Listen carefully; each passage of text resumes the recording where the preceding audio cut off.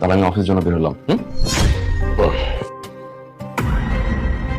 সাহেব, ম্যাডাম আজকে পালিয়ে যাবে মানে? কি হচ্ছে? না, কিছু কিছু হয়নি।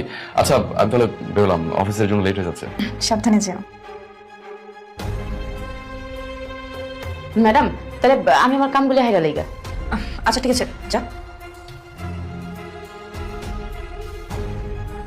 হ্যালো, হ্যাঁ কোথায় তুমি? ও নিচে, তাড়াতাড়ি চলে আসো, আমি সবকিছু নিয়ে রেডি হচ্ছি।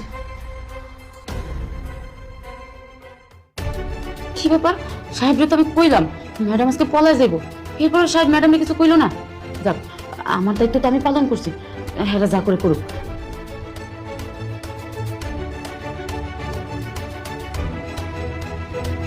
এই চলে এসেছো? দাও আমার কাছে। 8 টাকা নাই? না, আর পাচ্ছি না, বাসায় হয়তো ব্যাংকে রাখা আছে। আপাতত এগুলো দিয়ে হবে। আরে শোনো, এখান থেকে যত তাড়াতাড়ি সম্ভব চলে যেতে হবে, না হলে ধরা পড়ে যাবো। চলো। আচ্ছা ঠিক আছে, চলো।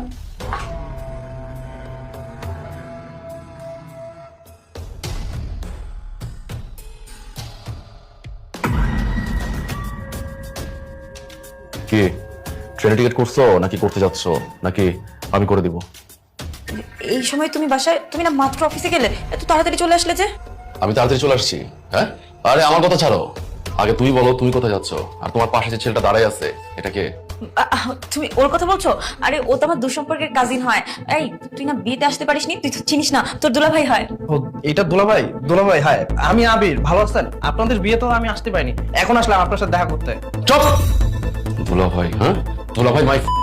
তুই আর একটা কথা বলবি না, এখানে চুপচাপ দাঁড়ায় থাক। তুমি কি ভাবছো আমি কিছু জানি না? হ্যাঁ, দুলা ভাই না? কোথায় যাচ্ছ তুমি? কোথায় যাচ্ছ তুমি? আমার টাকা পয়সা সবকিছু ব্যাগে ভরে বাসাতে পালাইতেছে ছেলের সাথে। আরে তুমি এসব কি বলছো? আমি কোনো টাকা পয়সা নিইনি, আর আমি ভাবতেছিলাম না তো, আমরা দুজন একটু এমনি বাইরে যাচ্ছিলাম। ও, এমনি বাড়ি যাচ্ছিলে? কোনো টাকা পয়সা নাও নাই? সেটা তো এই ব্যাগটা চেক করলে প্রমাণ হয়ে যাবে তুমি কি করতেছিলা। এই ব্যাগটা দে। এই দে, ব্যাগ দে। আরে দুলাভাই, ব্যাগটা আমার। যাদব, ব্যাগ তোর না? ব্যাগ তোর, ব্যাগে কোনো টাকা পয়সা নাই না? কি এগুলা? কি কি এগুলা? দুলাভাই, এগুলো টাকা, এগুলো আমার টাকা, দেন। চুপ! এটা গুলো তোর? হ্যাঁ, এত টাকা জীবন চোখে দেখছো?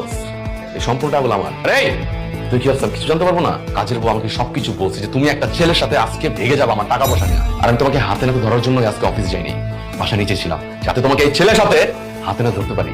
কি কেন করলো এগুলো আমার সাথে? কেন করছো? শোনো, বুয়া তোমাকে মিথ্যা কথা বলছে। বুয়া হয়তো বা এই বাসায় কাজ করতে চাচ্ছে না, তাই এইসব মিথ্যা কথা বলছে। আমি ওর সাথে পরশুদিন খারাপ ব্যবহার করছিলাম, এই জন্যই হবে হয়তো। আর আমি আমার নিজের বাসা থেকে টাকা পয়সা নিয়ে কেন